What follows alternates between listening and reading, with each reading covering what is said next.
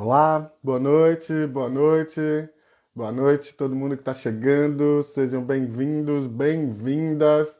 E hoje a gente vai falar sobre o Miroski, os fundos da criança e das crianças e adolescentes, com Ana Luísa Pinto. Ana Luísa, que já está chegando aqui, sejam todos bem-vindos, bem-vindas, todo mundo que está chegando, muito bem-vindos, muito bem-vindas a mais uma live. Nossa, que legal! Vamos lá, nossa convidada já está chegando por aqui, deixa eu incluí-la na. Então sejam todos muito bem-vindos, muito bem-vindas, todo mundo que está chegando. Não esquece de dar um like aí pra gente, que a gente gosta. Ana Luísa, seja bem-vinda. Oi, Lucas, tudo bem com você? Beleza, você me ouve bem? Tô te ouvindo bem. E você, tá me ouvindo bem? Massa, estou te ouvindo ótimo, muito bom. Seja bem-vinda aqui à nossa live, uma honra receber você por aqui. Obrigada, Lucas. Eu que agradeço o convite. Fiquei muito honrada com o convite, na verdade. Acompanho o trabalho de vocês há bastante tempo. A gente já se cruzou aí em alguns espaços, né? E tenho uma admiração enorme aí pela sua trajetória, pelo seu trabalho. Então, fiquei bem feliz, um tema tão importante. Espero que eu possa contribuir aqui um pouquinho. Ah, mas com certeza vai contribuir bastante. Você é uma grande especialista nisso, uma referência. Sempre foi muito bem referendada para cá. Ana Luísa, é o seguinte, como é de praxe aqui, eu geralmente não apresento meus convidados, convidadas. Eu digo quem são e passo a bola para que eles se apresentem, ela se apresentem, enfim, no sentido de que eu possa destacar um pouco da trajetória, o que está fazendo agora. Enfim, fique à vontade, apresenta a Ana Luísa aí para o nosso público, a bola está contigo. Tá bom, vamos lá. Bom, gente, eu sou Ana Luísa, muito prazer a todos. É muito bom estar aqui com vocês hoje para falar desse tema tão importante, estar aqui nesse bate-papo com o Lucas. Eu sou advogada de formação aqui pela PUC São Paulo, sou professora assistente lá de Direito Constitucional há muito tempo. E o meu encontro com o terceiro setor, minha paixão com o terceiro setor foi na minha trajetória na administração pública, né? Foi quando eu tive a oportunidade de ser supervisora de parcerias do fundo na Secretaria de Direitos Humanos do município de São Paulo aqui. E era um ano bem importante, porque foi o ano de 2015 em que 2016 entraria em vigor nos municípios. Na verdade, era 2016, em 2017 entraria em vigor nos municípios o Miroski, né? Então, foi um ano em que a gente trabalhou muito para a adequação das normas do fundo para o Miroski. E, na verdade, assim, eu sempre brinco, né? Foi ali no caos, porque existia um. Quando eu cheguei para ajudar ali no desenvolvimento das normas do fundo, existia um caos generalizado, assim. As organizações estavam insatisfeitas, a administração pública estava insatisfeita, havia muita tensão, né? Entre as organizações e a administração pública. E os problemas que a gente identificava ali eram muito próximos de vários diagnósticos que o grupo de trabalho do Miroski, lá no governo federal, tinha com relação às parcerias, né, entre organizações da sociedade civil e o poder público. Então, eu acho muito interessante, assim, quando eu fui estudar o Miroski mais a fundo, me especializar nesse tema do Miroski, de ter visto e vivenciado na prática várias dessas tensões que foi o que o diagnóstico lá no governo federal chegou e começou a pensar nessas normas, né? A gente tinha aqui no fundo, para você entender o que era o caos, eu digo que eu me apaixonei pelo terceiro setor no meio do caos ali mesmo. E existiam os problemas maiores, assim, né, que você via de longe. Existia um estoque de prestações de contas, né, sem análise. Existia problemas no trâmite na época dos conveniamentos, que a organização tinha que apresentar várias vezes diversos documentos e nunca conseguia conveniar. Existiam organizações que tinham captado os valores, mas não conseguiam conveniar. Existiam parcerias que a prestação de contas era entregue, mas não era analisada, isso atrasava a parcela de pagamento. Existia uma insegurança jurídica de normas. Então, vários diagnósticos que a gente tinha ali de tensão, até uma certa estigmatização em alguns pontos, porque foram levantados, saíram notícias em uma época de que existiria desvio de verbas por organizações. Então, boa parte do diagnóstico que o grupo de trabalho lá do Miroski no governo federal concluiu e aí começou a tocar a elaboração desse marco que é tão importante, né, para as organizações, que é um processo tão participativo, a gente via ali na prática, no dia a dia. Então, meu papel ali foi um pouco de acabar com essas tensões e tentar começar a resolver os problemas, né? E aí, o primeiro ponto que eu destaco, assim, é que eu não vou dizer que eu resolvi todos os problemas, longe de mim. Eu acho que grande parte do problema está também no administrador público, que sempre que troca a gestão, fala, eu vou resolver esse problema. E muda tudo e começa a colocar de uma outra forma. E, na verdade, muitas vezes o executivo acaba esquecendo do porquê que aquele fundo tem essas especificidades dele, né? Falando aí um pouco do fundo da criança e do adolescente, e esquecendo que o primordial é o atendimento das crianças e adolescentes, né? Da importância desse fundo, do porquê que ele é um fundo especial, do porquê que o ECA trouxe ele, e porquê que ele precisa ser fomentado, né? Ele precisa ser valorizado e precisa ter estímulo do poder público e não desestímulo, né? Então, eu fui me apresentar e já falei um monte de coisa, já comecei a falar, né, Lucas? Desculpa. Já entramos no tema, ótimo. É assim mesmo, deixa à vontade, e a pessoa se apresenta, já entra no mérito, já faz as conclusões, já tudo ótimo. Aqui a casa é sua. Mas eu queria, para a gente poder ser um pouco mais sistemático, ou até didático, digamos assim, que a gente pudesse trazer um pouco da conversa que a gente teve antes, até na preparatória, um pouco do histórico desses fundos de infância e adolescência, ou fundos da criança e adolescente, tem diferenças aí de nomenclatura também. Traz um pouquinho desse histórico para a gente se localizar aí. Claro, vamos lá. Esses fundos são chamados fundos especiais, né? Os mais famosos que a gente conhece no dia a dia o fundo da criança e do adolescente, fundo do idoso, né? Que a gente vê bastante também. Aqui no município de São Paulo, o fundo do idoso é super recente, demorou bastante para ser instituído, mas já existiu em alguns outros locais.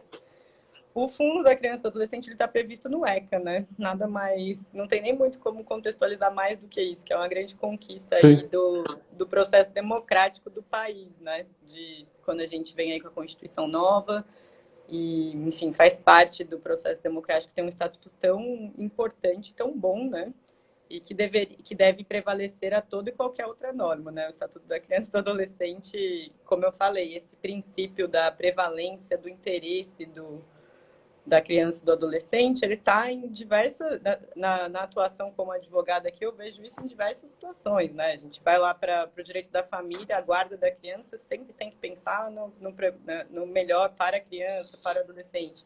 Então, esses fundos, eles estão regulados ali, então, os fundos da infância e adolescente, ou quando a gente traz para o município, ele acaba virando o fundo da criança e do adolescente. Tem uma confusão, mas a gente está falando do mesmo fundo, que é o fundo especial aí da criança e do adolescente. Ele está previsto lá no Estatuto da Criança e do Adolescente, e o Estatuto ele é expresso ao dizer que a competência para a gestão desses fundos e para a delimitação dos critérios de como esse fundo vai ser gasto, né, dos conselhos. Então, ela traz o papel dos conselhos municipais e dos conselhos estaduais como muito importante na política pública mesmo da criança e do adolescente, né? E o fundo, ele tem como forma de financiamento, né? O que acontece? Às vezes as pessoas acham também que é só doação. Ele tem como fonte de renda, esses fundos, as multas judiciais que são direcionadas. Pode ter direcionamento direto do poder público de transferências federal para fundos municipais, estadual para fundos municipais, e aí a maior parte vem mesmo de doação, que é a maior polêmica aí que a gente vê depois. Eu até coloquei o outro tema para a gente discutir, né, Lucas, que teve a questão da resolução sobre a doação. A dedução fiscal, doação, esses termos técnicos, como queira chamar, mas sobre a doação é o maior, se você pegar o imposto de renda, da receita, os dados, a maior parte do dinheiro que tem nos fundos municipais, estaduais e no Fundo Nacional vem de doações, tá? Vem das doações de pessoa física ou pessoa jurídica que tem a dedução do imposto de renda, né? Acho que era isso. Muito bom. Eu queria, só para consolidar essa parte, os recursos dos fundos, eles não são apenas de doação, porque esse é um tema que a gente vai falar bastante. Apareceu essa semana coincidência ou não, 3, 4 pessoas procuraram essa semana por conta da questão das doações do fundo. Então, só para a gente fixar um pouco isso, os recursos estão de doações, mas também dos próprios orçamentos dos poderes públicos, seja eles federais, estaduais e municipais. Isso. E essas multas judiciais, né? Que é quando um juiz determina que a penalidade para alguma empresa ou para alguma pessoa seja pagar uma multa que vai direcionada para o fundo, né? E aí vai para o chamado fundão, que a gente chama, que ele vai para o fundo sem estar vinculado a nenhum projeto, né? Tá no fundo. Todo o valor vai ali para o fundo. Ok. Essas multas são só o juiz da vara da criança e adolescente ou pode ser outros juízes que de repente direciona para lá?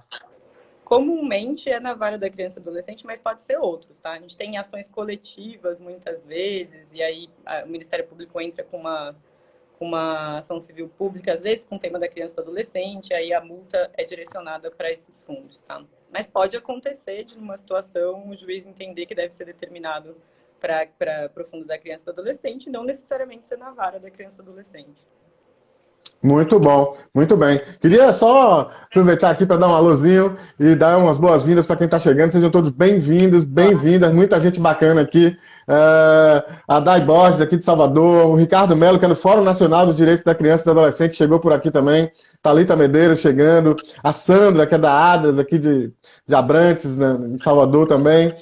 O Itamar Zezé, que é conselheiro tutelar em Itabuna, Bahia. André Carvalho, da Comissão Direito do Terceiro Setor de Recife, nacional também. Então, sejam todos bem-vindos, bem-vindas. E todo mundo que está por aqui, não esquece de dar um like aí pra gente. Vamos fazer o algoritmo trabalhar para nós e não apenas a gente trabalhar para eles, né? Então, dá aí o seu like que a gente gosta. E apoia aí o nosso trabalho também. A Mariana Vila Franca está chegando aqui, a Cíntia Ramires. Enfim, todo mundo que está chegando, sejam todos bem-vindos, bem-vindas. A gente está aqui com a Ana Luísa Pinto, falando sobre os fundos de crianças e adolescentes e o marco regulatório.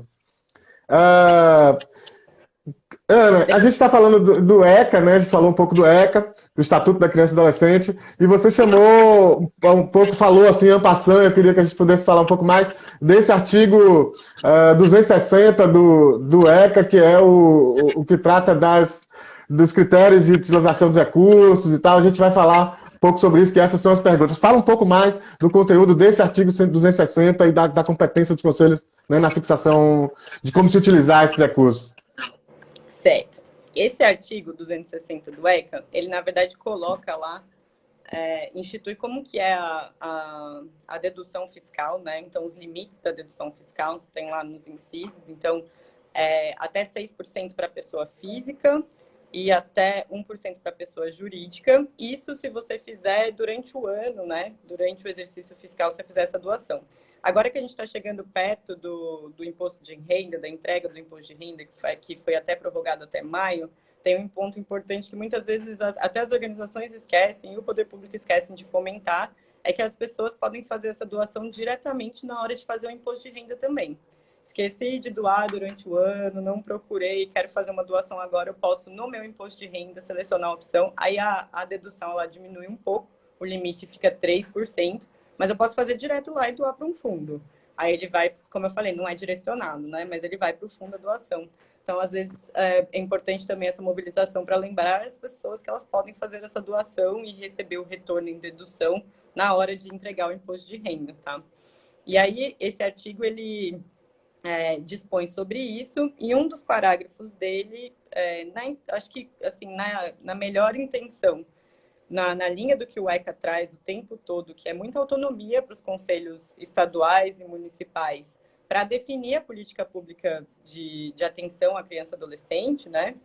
E tem um parágrafo que diz ali que os conselhos nacionais, estaduais e municipais vão fixar os critérios de utilização dos valores, né? O parágrafo é um pouco mais extenso, não vou ficar aqui lendo a letra do parágrafo, mas ele fala isso expressamente, né? De que isso tá ali na definição do próprio parágrafo 2º, e foi esse parágrafo 2º que foi polêmico, que foi questionado em algumas ações judiciais, e que até hoje é motivo de preocupação para as organizações, para a administração pública também, que é porque, a partir disso, o Conselho, né, existe uma desinformação sobre isso, eu acho. A minha interpretação, já entrando um pouco nessa decisão do TRF, Lucas, a gente tem aí, do que eu conheço, duas decisões uma no TJ de Pernambuco e uma no TJ de Minas, que foram favoráveis à legalidade, constitucionalidade, como a gente quiser chamar, dessa doação vinculada.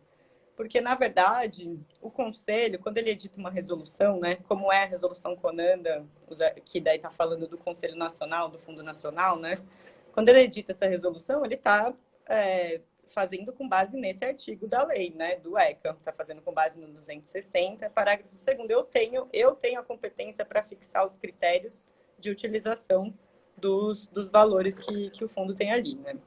E aí a grande polêmica houve uma interpretação do TRF sobre a resolução Conanda, de que fixar critérios para utilização não seria fixar critérios para captação, não poderia, que está extrapolando a legislação, né?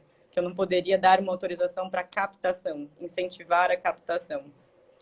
E a decisão, na minha avaliação, é bem absurda, assim, porque a própria sentença, o desembargador depois, com todo respeito ao tribunal, até coloca, ele diz, essa resolução, ela está dando ao particular a gestão de um recurso que é público, né? Porque daí entra essa confusão. O dinheiro é das organizações, o dinheiro é do doador, é dinheiro público, como é que a gente está lidando, né?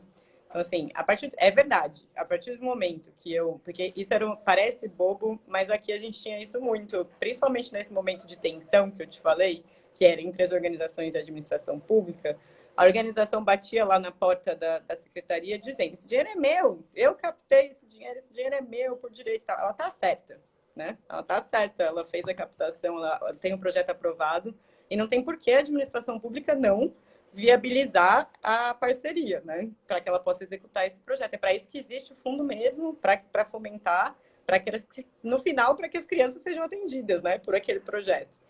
Mas é verdade, existe um porquê do Ministério Público fiscalizado, de todo o controle que existe, porque é dinheiro público a partir do momento que cai na conta do fundo, né? A partir do momento que a doação e a dedução é feita pela empresa ou pela pessoa física para o fundo, caiu na conta do fundo, virou um dinheiro público, um recurso público, né? E aí, como todo recurso público, requer os cuidados que o recurso público necessita para parcerização, para qualquer, na verdade, atividade. Né? Então, assim, e aí elas batiam lá na porta e diziam, esse dinheiro é meu, eu preciso. E, por outro lado, a administração falava, não, você pode parcerizar, o dinheiro não é seu, o dinheiro é público, mas você vai executar esse projeto. Eu tenho toda a intenção de que você execute esse projeto, vamos ver o que a gente precisa fazer para executar, né? E aí, eu acho que falta, quando eu falo de desinformação, é porque, na verdade, quando eles falam que está permitindo que o doador participe da gestão do fundo, tenha ingerência no recurso público, isso não é verdade, assim, do meu ponto de vista, na minha avaliação. E de diversas pessoas que eu conheço, que atuam na área. Na própria ação tem vários pedidos de amicus curiae, de organizações que foram lá fazer a defesa dessa doação, né? Na verdade, esses projetos que vão para captação, eles já foram aprovados pelo Conselho, né?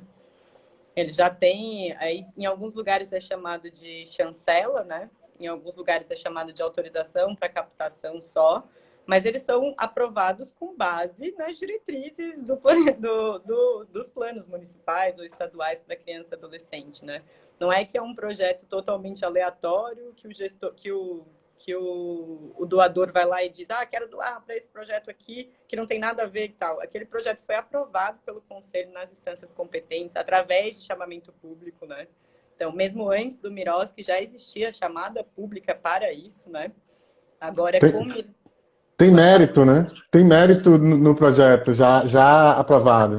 Plano de trabalho, tudo é aprovado antes para captação, né? Eu só estou autorizando que ele capte o dinheiro, né? Que ele faça essa captação do valor, entendeu?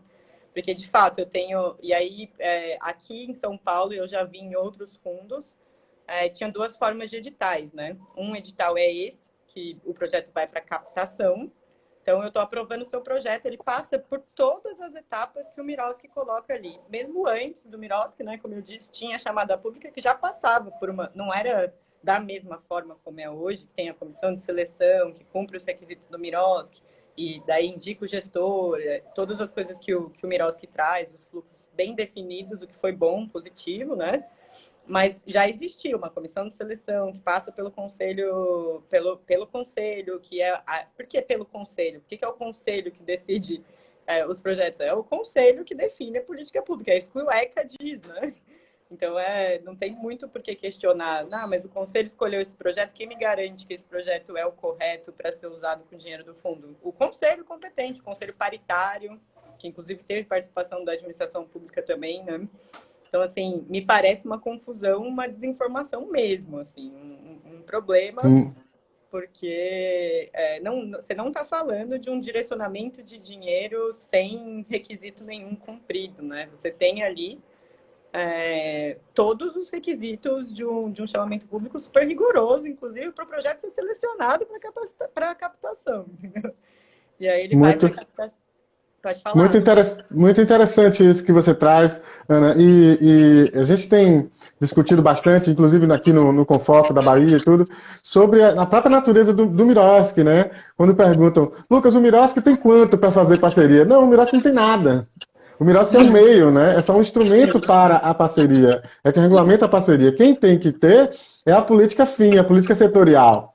Então, por que o Conselho é quem dá as cartas com relação a como vai ser? Porque é o Conselho quem define a política pública fim, não é, né? O Miroski ele só é meio, ele só dá os instrumentos para essa parceria. Eu penso que isso casa um pouco com o que você está trazendo, essa ideia que você traz.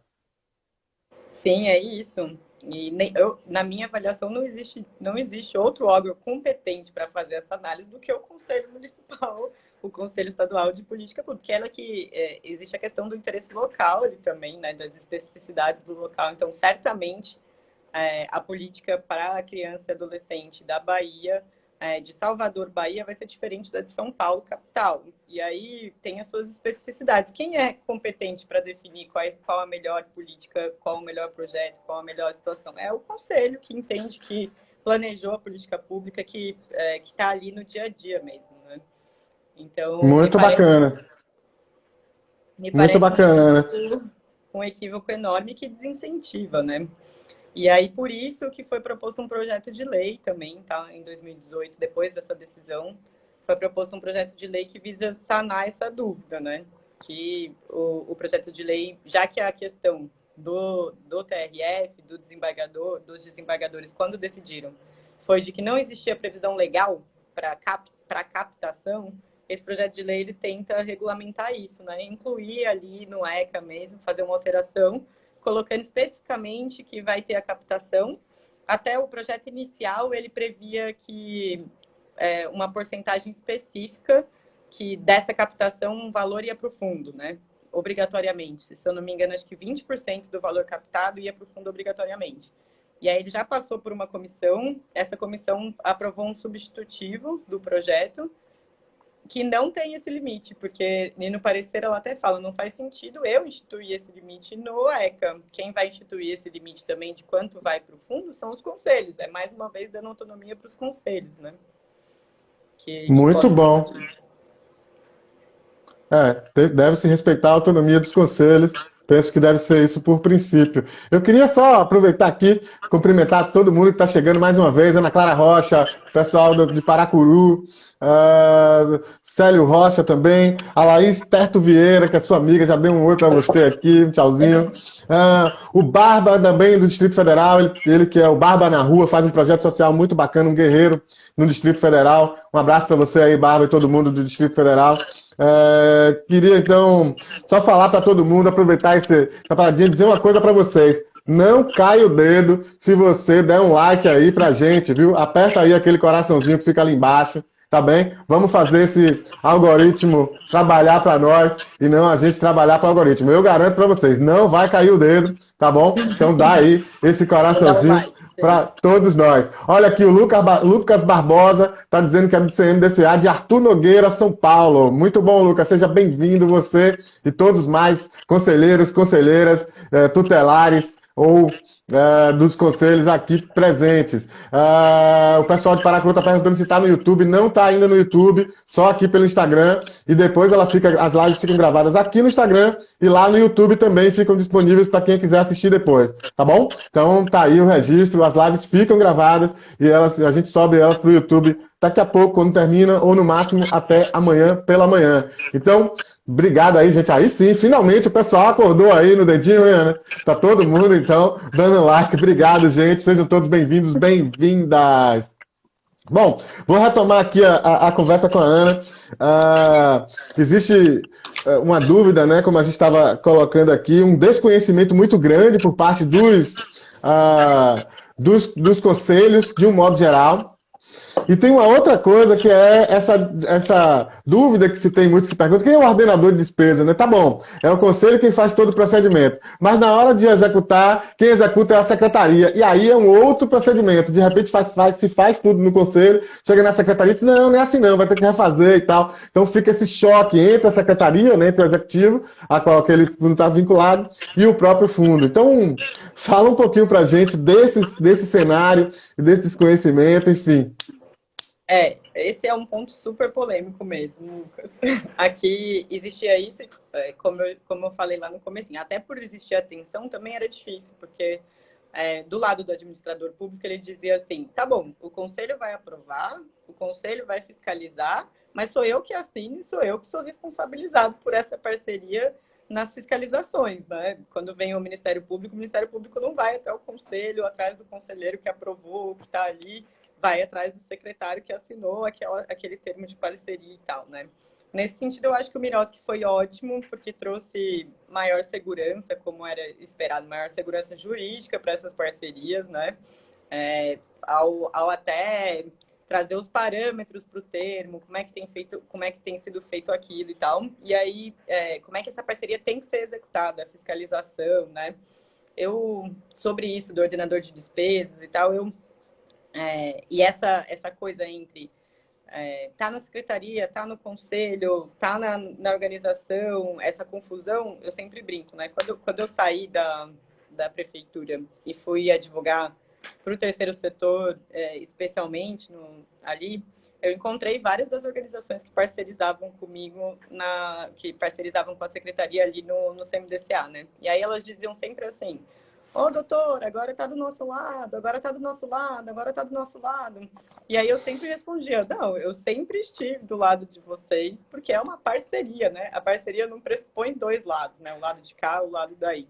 Ela pressupõe que você está executando em conjunto, né? E aí acho que quando o Miroski traz ali a comissão de monitoramento e avaliação, o gestor da parceria, ele dá a oportunidade para que os fundos, isso daí trazendo especialmente para os fundos, consigam melhor estabelecer essa relação, né? Então, aqui em São Paulo, por exemplo, quando a portaria que instituiu, que regulamentou o Miroski, além do decreto municipal, né, que regulamenta o Miroski no município, teve uma portaria específica da Secretaria de Direitos Humanos, que a gente publicou lá em 2015 mesmo, para 2016 para sair, e ela já foi até atualizada depois, em razão de outras mudanças e tal, mas a portaria trazia que a comissão de monitoramento e avaliação ia ser composta pelo conselho municipal, pelos conselheiros, né, indicados para cada projeto e tal, e o gestor da parceria indicado pela secretaria. Então, trazia um certo equilíbrio ali, né, para que todas as partes envolvidas tivessem uma forma de monitoramento e avaliação daquela parceria, né?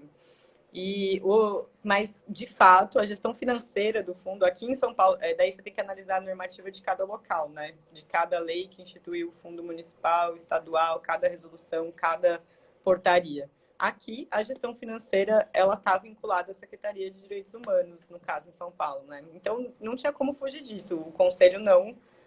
Ele tinha uma carta no processo que chamava... Até esqueci o nome agora exatamente, mas era uma carta do conselho que autorizava, depois que o projeto tinha captado, o conselho captou, né? O projeto está lá no conselho. Está em captação, tem lá uns 2 anos para fazer a captação. Aí, ou a organização captou 60% e quer já executar o seu projeto, ela pode apresentar um novo plano de trabalho adaptado àquele valor, né? Ou captou 100%, quero executar agora. Daí o conselho quando manda para a secretaria, né, para um setor, foi criado um setor específico na secretaria de parcerias para esses processos, né, para essas parcerizações. Quando ele, então, captou tudo, provoquei ali o conselho, olha, eu já captei tudo, ou o próprio conselho fala, esse projeto já captou tudo. Quando ele manda para a secretaria, ele já manda dizendo, autorizo, porque esse dinheiro está no fundo aqui, eu consigo ver, está aqui, está no fundo, eu autorizo. Aí a secretaria faz a parte burocrática, né? Faz a parte de parcerização ali, porque tratando-se de recurso público, eu tenho que pedir as certidões fiscais, toda aquela análise, né, do que o Miroski já até tem ali um rol, mas que na portaria tem até algumas especificidades aqui, por exemplo, tem que ter a inscrição no Conselho Municipal para atuar com criança e adolescente, né? Não teria como não ter. Então, toda essa parte burocrática, e aí, a partir do momento que fez a parceria, firmou a parceria, foi publicado no Diário Oficial, esse setor também é responsável por já encaminhar para o setor financeiro pagar a primeira parcela, né? Paga a primeira parcela, e por aí em diante. Infelizmente, não tem como fugir muito disso, porque a gestão financeira fica vinculada à secretaria que o conselho está vinculado, geralmente. Bom, mas só para fechar, assim, parece um pouco utópico até, assim, mas eu costumo dizer que se tudo funcionar bem, se a gente conseguir que o Miroski, se a portaria estiver funcionando direitinho e as coisas encaminhadas, não vai ter problema com isso, entendeu? Não era para existir esse problema da secretaria fazer o pagamento ou não fazer o pagamento, atrasar a parcela ou não atrasar. O problema estava em outros fluxos, outros gargalos que a gente chamava, outros problemas que aconteciam ali no decorrer do processo, entendeu? Muito bom. Desculpa, gente, aqui, como meu computador não está ajudando, eu perdi aqui quem fez a pergunta, o nome. Mas o fato é que alguém perguntou, afirmou, na verdade, da experiência dele, que as secretarias, ou pelo menos a experiência dele, é que a secretaria, ela direciona para onde ela quer o projeto. Ou seja, você aprova um projeto com mérito do projeto no fundo, quando chega na secretaria, a secretaria faz alterações, pede mudança e direciona o projeto para aquilo que ela quer. Esse é um problema. Você tem isso na sua experiência também?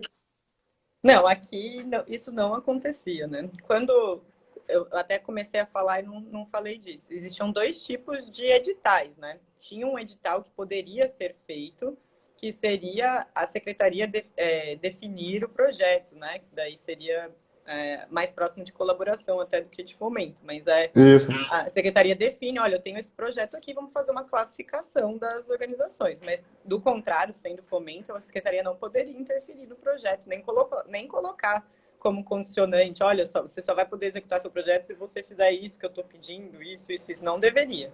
E não deveria ser a secretaria também, né, que aprova o projeto ou que toma essas decisões. Como eu falei, a secretaria ela é muito mais uma parte burocrática, de apoio, de suporte ao conselho do que a definidora dessas diretrizes. Né?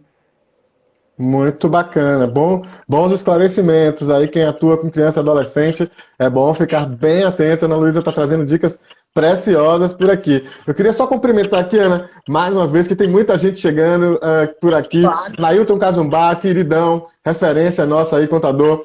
A Fátima Dragoni, também contadora, chegou por aqui. O Edmundo Croja, que é daqui do Secup, Bahia, conselheiro de criança e adolescente, e daqui do Confoco também. Celeste Seara, minha prima, grande referência também, trabalha na área social, criança e adolescente há muitos anos. Um abraço, querido. Um beijo para você, Celeste. O pessoal do Instituto Luiz Carneiro, a Thaís Jennifer Rocha, que é da Comissão de Direito do Terceiro Setor da OAB São Paulo, querida, parceira também. E o pessoal da ONG Cultivar, todo mundo por aqui, sejam todos bem-vindos, bem-vindas. E não esqueçam, tá, de dar aquele likezinho que a gente gosta. Vamos fazer os algoritmos trabalhar para nós. Vou aproveitar essa paradinha aí, Ana, da água, que você vai dar uma respirada, porque a gente ainda tem alguns pontos bacanas para a gente tratar. Dizer para o pessoal o seguinte: em maio, né, a agenda de maio aqui, a Roseli Maestrão está dizendo que ela é conselheira do CMDCA de Jundiaí. Seja bem-vinda, Roseli, você também. Lives de maio, então, agenda de maio, nossa, que legal, 2 lives. Dia 10 de maio, a gente vai estar com a Érica Gavinho, vamos falar sobre cultura e prestação de contas por objeto. Ela que lançou um livro sobre o tema, ela hoje é subcoordenadora, salvo engano, de cultura no município do Rio de Janeiro. Olha, a Luciana Silva está dizendo que é conselheira de Guaratinguetá, São Paulo. Bem-vinda você também. Bom, e no dia 24 de maio, a gente vai falar sobre a implementação do Miroski em Sergipe, no estado de Sergipe, e nós vamos ter uma dupla de convidados, Alex Federle e Mônica Menezes, que são da plataforma Miroski de Sergipe, estarão por aqui também falando comigo. Então, dia 10, a gente vai falar com a Érica Gavil sobre cultura e prestação de contas por objeto. E no dia 24 de maio, com Alex Federle e Mônica Menezes falando sobre a implementação do Miroski em Sergipe. Em junho eu não vou dar o spoiler agora, não. Melhor não, vou deixar para depois. Vamos falar só até maio. Essas são as lives. E hoje nós estamos lançando um texto novo. Está lá já no nosso site disponível, chama Descomplicando a Gestão Financeira no Terceiro Setor, com Luciana Mikami, a autora, uma parceira querida. Um beijo para você, Luciana. Ela que hoje está no GIF, tá? Então ela escreveu esse texto aí na parceria com a gente, Descomplicando a Gestão Financeira no Terceiro Setor. Vai lá no nosso site que já está disponível. Então é isso, vamos voltar aqui ao nosso tema com Ana Luísa Pinto, o Miroski e os fundos de criança e adolescente. Tem muita coisa, muita pergunta e muita informação. Vamos voltar aqui. Ana Luísa, é o seguinte, a gente no OSC Legal Instituto, a gente tem feito o levantamento dos regulamentos, né, municipais, estaduais, enfim. Nós já catalogamos 555 municípios com o regulamento do Miroski, enfim. A rigor, esses regulamentos não entram nessas questões, só dizem que, repetem o regulamento e a lei federal, que dizem que os procedimentos e tal serão feitos pelos conselhos, e não adentram nesses pormenores. Qual o cenário, o que é que você pensa desse cenário? Esses regulamentos deveriam existir? Ou, de fato, você entende que esses procedimentos devem ficar no regulamento do conselho e não no regulamento do Miroski, da cidade, enfim? Vamos falar um pouquinho sobre isso. Eu acho que deve sim ter um regulamento específico para os fundos, né? Eles são realmente diferente, né? Tem algumas especificidades que eu acho que não estão contempladas no regulamento geral, como aqui. A gente tem um decreto municipal que regulamenta o Miroski no município, e aí o decreto até referencia que, com relação aos fundos, a secretaria responsável irá editar a normativa específica, mas assim, também a gente não quer complicar, né? Não adianta complicar mais e fazer mais coisas. E não, o que puder fazer de referência ao decreto que já existe é ótimo. O que você precisa regulamentar são as especificidades do fundo, né? Então, o que tem de específico no fundo? Quem que vai fazer parte da comissão de seleção se eu tenho o conselho? Qual que é o papel do conselho ali naquele processo de edital de chamamento? Quem fica responsável por o quê? Como é que vai ser feito o monitoramento e avaliação? Esses fluxos que só existem nos fundos, que são esses editais, que está justamente nisso do conselho gestor, né? Do conselho gestor ter a competência para analisar os projetos, e para dar pareceres, para várias coisas. Existem alguns conselhos que têm até outras instâncias que dão pareceres, comissões intersecretariais que dão pareceres, conselhos de orientação técnica que dão pareceres. Então, assim, essas especificidades precisam estar contempladas. Mas o ideal, na minha opinião, é que sejam regulamentos que só entrem na especificidade, né? O que puder referenciar o que já existe de Miroski como... olha, vai ser aplicado aqui o decreto tal que regulamenta o Miroski no município. Mas, com relação aos fundos, como o decreto diz, existem essas especificidades, né? E aí isso é bem específico para não confundir mais do que ajudar, né? Acho que é isso. De números, assim, eu imagino que vocês estão encontrando isso. Super importante o trabalho, inclusive. Lucas, eu vou ficar de olho aí, ver o material que vocês vão liberar depois. Acho excelente. Acho que nesse quesito... A gente está super atrasado com relação aos fundos, até um passo atrás, tá? Além da regulamentação, assim. A última pesquisa que eu conheço, que existe, salvo engano, ela é de 2016, sobre a quantidade de fundos comparado a conselhos é surreal. De 5 mil conselhos que existem no país, só 1.700 tinham fundos. As pessoas acham tão complicado... Acham tão complicado instituir o fundo e ter trabalho e ter que fazer isso que elas não fazem. Então, e quem perde com isso são as crianças e adolescentes daquele município, daquele estado, né? Então, na verdade, estou falando de municípios, estados, eu acredito que todos tenham os fundos já instituídos. Mas acho que também esse fomento é importante. Se você é de um município que não tem o fundo, acho que é super possível de fazer um advocacy na prefeitura, na gestão pública, para que isso seja instituído, porque é bom para o doador, né, que pode ter dedução fiscal e ver um projeto acontecendo ali tão perto dele, né, no próprio município dele. Porque eu, como doadora, se meu município não tem, eu posso doar para o nacional, posso doar até para de outro município, né? Não tem essa restrição. Mas é tão importante que ele, seria tão interessante que ele acontecesse no meu município, que eu visse aquele efeito, né? Aquilo acontecendo. Então, acho que é importante também fomentar o aumento desses fundos, da regulamentação desses fundos. Se seu município não tem, vá atrás, se precisar de alguma ajuda com isso, de documentos e coisas, a gente está à disposição também. Acho que é super válido trazer isso também. E aí, esse segundo momento da regulamentação também fica em cima da administração pública. Eles precisam fazer da melhor forma para que vocês consigam parcerizar, né? Porque acho que eu até vi um comentário aqui, o que acontece é que a maior parte das organizações consegue captar e não consegue depois parcerizar, não consegue formalizar o termo. Isso acontece muito mesmo, é terrível. E a única forma de minimizar isso, eu acho que nesse sentido, desculpa, minha gata está participando da live aqui. Participação especial. Ela, como eu estava dizendo, se você tem na administração pública esses pontos focais e bem instituídos da regulamentação, como você trouxe, essa é a importância da regulamentação, né? Se é o que vai fazer acontecer a parcerização, ter ali um regulamento específico do fundo, tem que ser feito, entendeu? Porque o importante é que essas organizações tenham meios de, como você falou, Miros, que é um meio, né? Então, elas têm que conseguir parcerizar.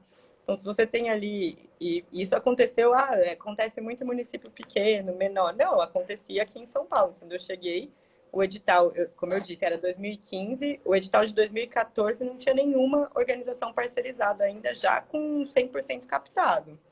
Então, a primeira coisa que a gente fez foi, nossa, vamos fazer uma força-tarefa para resolver aqui e conseguir parcerizar e conseguir dar vazão para esses projetos que ainda não foram parcerizados.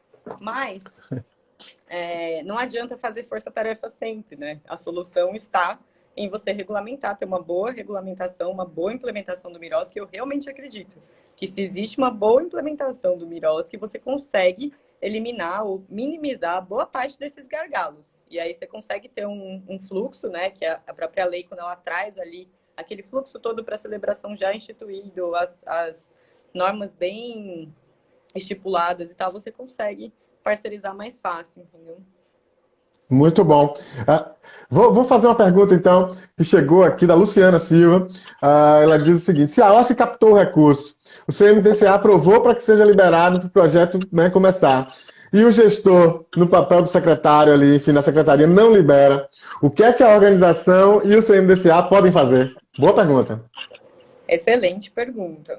Olha, se você for a rigor do direito e tal, o secretário tem a discricionariedade de não assinar a parceria, né? Toda a parceria. Mas se você já tem um edital de chamamento público, você tem o dinheiro ali, você já captou, tem um direito muito grande, né? Tem uma coisa muito consolidada. Então, a recomendação é, primeiro, que o CMDCA mesmo faça uma pressão, né? De alguma forma, seja por meio de ofício, marcando reunião com o secretário para demonstrar que não existe motivo para que aquele projeto não seja parcerizado, né? Qual que é o motivo, gente? De eu não parcerizar um projeto que está aprovado, está captado, que vai ser implementado na política pública do município para criança e para adolescente, não faz sentido nenhum que o gestor público não queira executar aquele projeto, para entender qual o motivo, né? E aí, em última instância, existe a possibilidade de mandato de segurança, inclusive o precedente que eu mencionei, uma decisão que eu mencionei do TJ de Minas, era um mandado de segurança de uma organização, nesse caso não era como as outras duas, foram o Ministério Público que entrou pela inconstitucionalidade dessas resoluções da captação.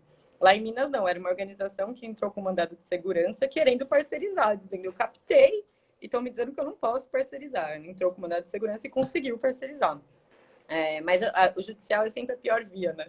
Sempre o pior momento. Então, eu recomendo um forte diálogo. Acho que o diálogo é a solução. Um diálogo com o gestor público, porque ninguém ganha sem a parcerização do projeto, né? Não tem porquê mesmo, assim. Se já está aprovado, a organização cumpre todos os requisitos, né? E por que o gestor público vai dizer que não?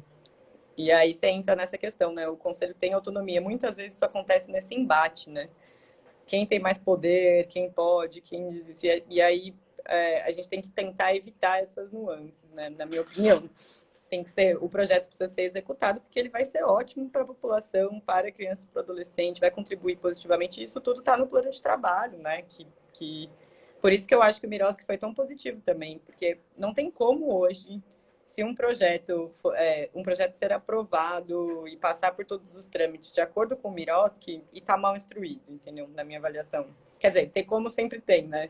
Mas assim, ele traz os requisitos tão claros do que tem que ter no plano de trabalho, de como quais são as metas, né, que eu preciso cumprir, como é que essas metas têm que estar ali, os indicativos para que eu possa aferir se essa meta foi cumprida ou não. Então, me parece que é muito difícil, tem que se esforçar bastante para um projeto ser aprovado sem estar instruído se ele estiver de acordo com o Miroski hoje em dia, né? Acho que a lei é muito boa nesse sentido. Muito bom. Várias questões, várias dúvidas, vários pontos aqui, mas eu vou trazer um ponto que uma pessoa, uma conselheira, na verdade, do Confoco Bahia me ligou essa semana, há uns 2 dias, e dizendo o seguinte, que uma entidade de Feira de Santana, aqui na Bahia, trabalha com criança e adolescente, já atuava, já fazia projetos no fundo da criança, e de repente, depois de 2 anos, disseram que não podia mais captar, né, naquele estilo, porque se captava, né, dava tal carta de chancela, a pessoa captava, era uma entidade grande, tal, captava e deixava os 20% no fundo e executava o projeto, como é meio de praxe. E que de repente disseram para ela que não vale mais porque o Miroski agora não permite. Mas ela disse: olha, o Miroski já entrou em vigor desde 2017, né, para municípios, e a gente vem fazendo assim já há alguns anos. Se mudou, como é que mudou de 2 anos para cá, se não houve mudanças substanciais no marco regulatório nesse sentido? Como assim, né? Então, eu até recomendei que a pessoa assistisse essa live, porque algumas dessas questões poderiam ser colocadas. Tem alguma questão na sua experiência com relação a esse ponto? Olha, eu ouvi bastante isso lá atrás, né? Quando a gente estava implementando o Miroski. Existia essa dúvida, né? Na verdade, é um bicho-papão que existe sempre que uma nova lei vai ser implementada, né? Nossa, mas o que essa lei está dizendo? Como é que ela vai ser implementada? O que está acontecendo? O que ela proíbe? O que ela não proíbe? Eu ouvi, sim, que tinha existido uma discussão no Miroski, durante as audiências públicas, que os fundos deveriam ser excepcionados ou os fundos deveriam fazer parte e estarem contemplados no Miroski ou não. E aí, depois que isso foi superado, que os fundos estariam no Miroski, como é que isso ia ser colocado? E se o Miroski vedaria essa coisa da chancela, né, da captação, se proibiria. O fato é que o Miroski não proíbe. O Miroski faz referência, na verdade, uma deferência aos conselhos gestores de políticas públicas, né? No Miroski é chamado de Conselho Gestor de Política Pública.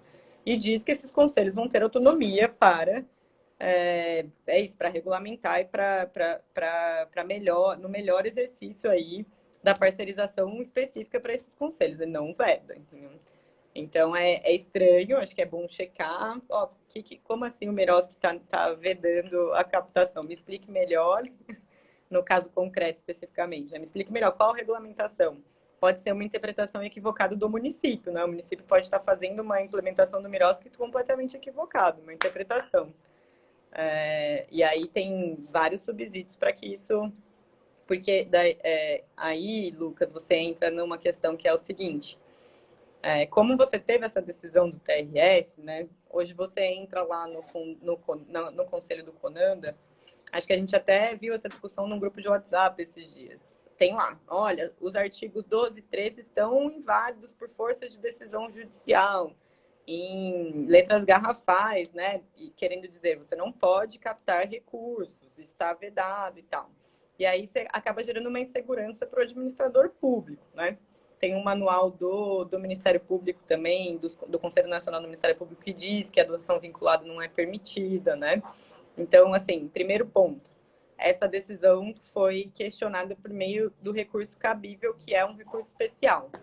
Então, essa discussão vai chegar no STJ, que é o Superior Tribunal de Justiça, que vai definir, e tenho a expectativa de que possa até reverter essa decisão, essa discussão vai ser mais técnica ali no STJ, vamos ver como é que vai ser. Acho importante que tenha a participação de organizações que puderem, que façam advocacy, que estejam lá também no processo judicial em si, chamar o público para isso. Mas o fato é que essa decisão não vincula os outros conselhos, né? A gente está falando da resolução Conanda, a decisão ela é específica com relação à resolução Conanda. As outras resoluções de outros municípios seguem vigentes, né? Ela não passa por essas resoluções. Se o Ministério Público vai entrar contra cada uma das resoluções, é uma outra questão. Se vai pedir para que seja entendido nacionalmente, o fato é que hoje isso não acontece, né? Então, não tem nada de ilegal. O município de São Paulo, por exemplo, abriu um edital agora em 2022 para captação. Isso não é ilegal, senão seria o primeiro município que não ia fazer. Eu te garanto que os promotores daqui são super chatos, iriam lá na hora dizer isso aqui está ilegal e tal. E não está. Então, assim, só que gera uma insegurança. Então, às vezes é um município que vê a notícia, que fala, não posso fazer isso, tá? Agora, a partir de agora ninguém mais vai fazer, entendeu? Mas sempre que essas decisões e essas coisas são comunicadas, eu recomendo que diga, me formaliza. O que você está dizendo? Por que eu não posso? Me formaliza aqui. Eu sei que é coisa de advogado chato a formalidade, mas é importante que ele te diga onde está escrito que não pode e por que isso está acontecendo, né? Para que você possa acionar aí o que precisar ser feito para mudar isso. Muito bacana, Ana Luísa, muito bom, trazendo várias informações super importantes. Eu queria só abrir um parênteses, Ana Luísa. Hoje, como eu disse aqui para o pessoal, hoje a gente está lançando um texto novo, que é Descomplicando a Gestão Financeira no Terceiro Setor. Esse é um texto numa parceria do Oscar Legal com a Luciana Micani, que é do GIF, e ela está aqui, vai entrar aqui rapidinho para dar esse alô para a gente sobre o texto novo. E a gente vai voltar aqui com a Ana Luísa para concluir essa conversa com alguns pontos. Seja bem-vinda, Luciana! Oi, Luciana! Obrigada! Oi, tudo bem, gente? Que legal! Estava falando pro pessoal aqui que a gente lançou hoje o texto novo, uma parceria do Oscar Legal contigo, uma felicidade muito grande, você já né, que acompanha a gente há algum tempo, a gente já vem conversando já há algum tempo aí pelas redes, e agora finalmente a gente pôde fazer algo juntos. Então fala um pouquinho pra gente da sua experiência e desse texto, eu sei que você está aí ocupada também, rapidinho, pra gente poder seguir aqui. Bom, gente, primeiro eu que agradeço o convite, né? Desculpa o barulho, eu tô aqui no hospital. Mas eu quero agradecer primeiramente ao apoio e também a visão, né, que a gente teve em conjunto de poder facilitar não só a parte, né, jurídica, mas trabalhista, fiscal e o financeiro, né, que no terceiro setor ele tem as suas deficiências, né? Então a gente quis trazer uma metodologia mais simples, didática, em que as pessoas conseguissem entender e sentir interesse, né, de fazer parte disso e saber que esse todo do financeiro, ele consegue te trazer uma captação melhor, ele consegue trazer transparência e, acima de tudo, né, isso vai elevar o nível da sua organização. Então, esse é o nosso objetivo. Então é isso. Obrigado demais, Luciana, pelo texto, pela parceria, pela sua participação aqui. Uma felicidade enorme. O texto, gente, já está disponível lá no nosso site, tá bom? www.osclegal.org.br, tá certo? Então, quem quiser ver, já está lá disponível. Um abraço, Luciana. Muito bom contar contigo. Abraço. E, Luciana, a gente vai voltar a falar sobre gestão financeira no terceiro setor. Em breve, Luciana vai estar comigo aqui numa live, certamente. Então, essa palhinha que ela deu aqui foi só para falar do texto que a gente está lançando. Isso mesmo, gente. Conto com vocês. E qualquer coisa que precisar, também estou à disposição. Abraço. Valeu, querida. Um beijo para tu e até mais. Tchau, tchau. Tchau, tchau, Luciana. Ana Luísa, voltando então para o nosso tema. Pessoal, não esquece de dar o like, não. Tem gente aí dando like, ninguém vai perder o dedo se der like pra gente. Vamos fazer o algoritmo trabalhar para nós. Vamos lá. Então, Ana Luísa, tem pontos ainda aqui que a gente tem vários pontos. A gente tem pouco tempo. Eu costumo dizer aqui sempre, né, que A live, quando é boa, a gente pisca o olho, ela já está acabando. Olha só, hoje aconteceu a mesma coisa. Apesar de toda a animação, o chat aí a milhão e a gente está terminando. Eu queria mandar um abraço aqui rapidinho também para o Thiago Maciel e para a Elisa Oliveira, lá de Porto Seguro, o pessoal do CMDCA. Thiago é um parceiro, Balé Baianarte, mais de 700 famílias atendidas no Baianão, em Porto Seguro. É um projeto social altamente bacana, enfim, muito emocionante, muito tocante ver as meninas de periferia dançando balé, se apropriando. É muito bom mesmo. Parabéns, Thiago, toda a equipe, parceiros aí do Baianarte. Bom, mas voltando aqui. Todo mundo quer saber o seguinte, várias perguntas nesse sentido. As doações direcionadas valem ou não valem? Né? A gente falou dessas coisas aqui, dentre as coisas que a gente falou, isso também fez parte do ponto. Mas vamos focar nesse tema agora, para a gente esclarecer de uma vez por todas, para não ficar nenhuma dúvida do pessoal. As doações direcionadas, as chancelas, né? Diante da mudança da resolução do CONANDA, da decisão judicial, enfim, tá valendo, não tá valendo? Fala pra gente um pouco sobre isso. Que palavra forte que eu vou ter que dizer agora, né? Mas é o seguinte, na minha opinião, tá? Na minha avaliação, né, os conselhos municipais e estaduais que têm regulamentação permitindo a chancela ou autorização para captação estão válidos. Os editais estão válidos, devem continuar operando dessa forma, entendeu? A decisão judicial com relação à resolução CONANDA não é vinculativa aos demais conselhos, entendeu? Pode ser que isso seja questionado? Pode acontecer na localidade acabar sendo questionado, mas por enquanto, na minha avaliação, estão valendo. E acho importante que o projeto de lei seja aprovado para que não restem mais dúvidas sobre isso, entendeu? Para a gente sanar de uma vez, precisa ser regulamentado. Porque, do contrário, a gente corre o risco de, como a gente está falando, em muitas situações de regulamentação por resoluções ou portarias das secretarias nos municípios e tal, isso é muito fácil de mudar, né? Um gestor público que está inseguro sobre é permitido ou não é a chancela pode ir lá e mudar essa portaria, passa a não poder mais captar, entendeu? Então, para ter segurança jurídica, acho super importante que o projeto de lei seja aprovado para que a gente não tenha mais dúvidas sobre isso e que a decisão seja revertida no STJ, né? Essa com relação ao CONANDA. O que não tá vigente são os artigos 12 e 13 da resolução com relação ao Conselho Nacional, né? Quando tiver regulamentação local, a minha avaliação é de que permanece valendo. Muito bom.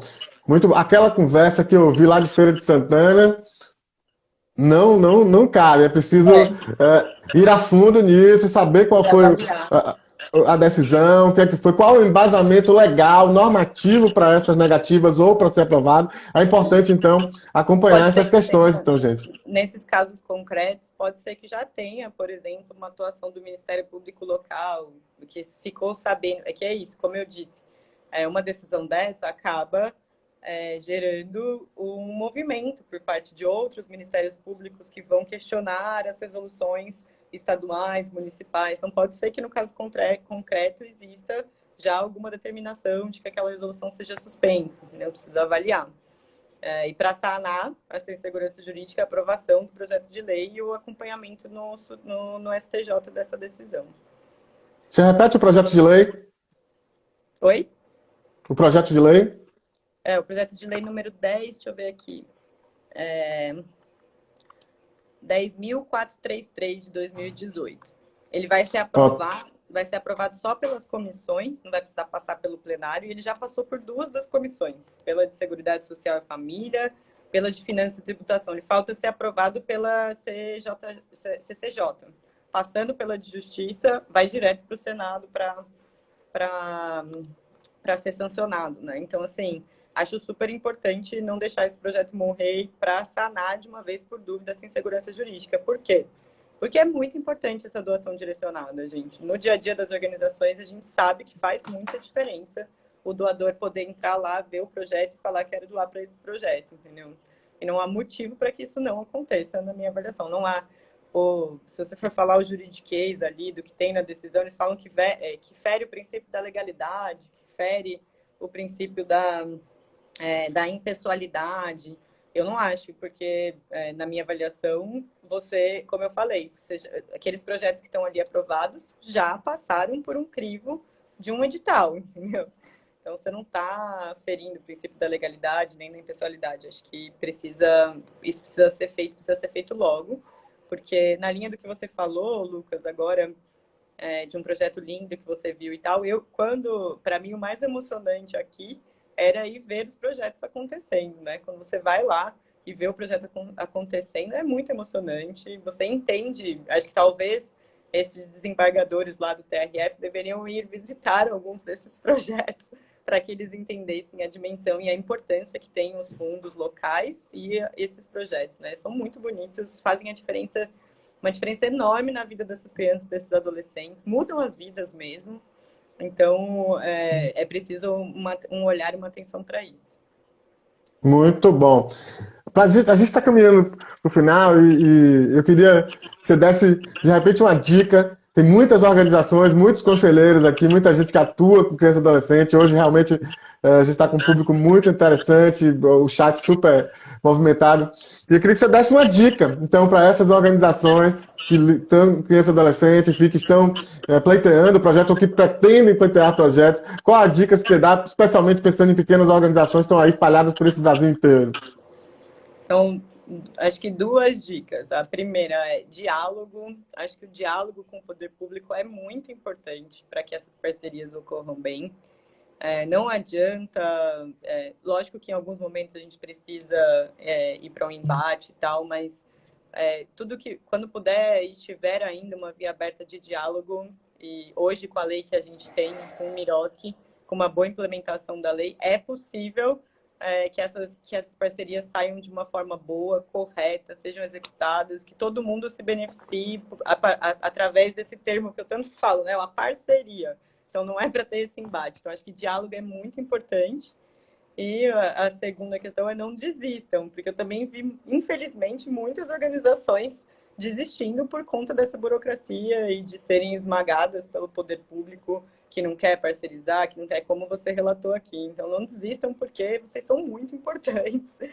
E é um trabalho essencial mesmo, que deveria, se tiver algum gestor público aqui também assistindo, se chegar até algum gestor público, é isso, fomentar os projetos para criança e para adolescente e não restringi-los, né? A lógica está muito equivocada quando eu quero restringir, quando eu quero dizer que sobre a ótica do princípio da legalidade eu não devo permitir que o doador escolha o projeto. Isso tudo só contraria a lógica do Estatuto da Criança e do Adolescente e vai contra a importância que essas organizações têm para o país, para as crianças, e assim, é o que a gente sempre fala, né? As crianças e os adolescentes são o futuro desse país, né? Então, são eles que vão aí dominar o país. A gente precisa muito que esses projetos aconteçam. Então, é isso. Muito bacana. Respondendo aqui ao Bruno Wagner. Bruno, você chegou no finalzinho, rebobina a fita aí, você vai ver a discussão toda. Vai ficar gravado, sim, fica aqui no Instagram e amanhã já está lá no nosso canal no YouTube também. Aproveita, gente, se inscreve lá no nosso canal, apoia nosso trabalho, deixa seu like aqui, deixa seu like lá no canal também e assim você apoia o nosso trabalho. Queria convidar todo mundo, agora que a gente está chegando aqui no finalzinho, convidar todo mundo para acessar o nosso texto novo, está lá no nosso site www.oscarlegal.org.br, chama Descomplicando a Gestão Financeira do Terceiro Setor, autoria de Luciana Mikami, que esteve aqui falando com a gente rapidinho sobre o texto. E convidar também para acompanhar as lives do mês que vem. Esse mês já não tem mais live, a gente finaliza hoje. No mês que vem a gente vai estar falando com a Érica Gavinho, no dia 10 de maio, a gente vai estar falando com a Érica Gavinho sobre cultura e prestação de contas por objeto. E no dia 24 de maio, a gente vai estar com a Alex Federlin e a Mônica Menezes falando sobre a implementação do Miroski em Sergipe. Então, todo mundo convidado, todos e todas convidadíssimos para estar aqui com a gente em maio e também para acompanhar aí as nossas produções. Queria aproveitar e agradecer, Ana Luísa, agradecer a todo mundo que está aí assistindo, todos e todas muito bem-vindos, muito bem-vindas, obrigado aí pelos likes. Queria agradecer por demais, Ana Luísa Pinto, a gente que já se encontrou aí, quando a Ana chegou na Secretaria de Direitos Humanos lá em São Paulo, eu estava saindo, a gente chegou a se encontrar lá pessoalmente, depois em outros espaços também, no NEATS, na PUC, enfim. Então, uma pessoa que eu já acompanho aí já há algum tempo, sei da competência, técnica e tudo, temos amigos em comuns, então, uma honra muito grande, prazer enorme ter você aqui com a gente, tá bom? Não só conversando comigo, mas expondo aqui para nossa audiência, esclarecendo tantos pontos interessantes. É óbvio que não dá conta, né? Nessa uma hora a gente realmente não dá conta de toda a complexidade que é, mas acho que você trouxe inúmeras questões muito interessantes aqui para o nosso público. Então, deixa suas honrosas despedidas aí para o nosso público também. Eu que agradeço mais uma vez o convite, Lucas. Como eu já deixei claro aqui, é um tema muito importante. São projetos extremamente relevantes. Eu espero ter contribuído um pouquinho aqui com vocês. Fico à disposição também, se alguém tiver alguma dúvida depois, pode vir falar comigo. E agradeço muito, parabenizo mais uma vez pelo projeto, Lucas, muito incrível. Tenho acompanhado as outras lives e o público foi super legal hoje. Parabéns, pessoal, e muito obrigada. Espero ter contribuído um pouquinho. Massa, Obrigada. muito bom. Gente, então, finalizando mais uma live, olha que legal. Espero vocês dia 10 e dia 24 de maio para novas lives. O texto novo está no ar. Enfim, tamo junto. Até a próxima. Valeu! Tchau, tchau. Obrigada, Lucas.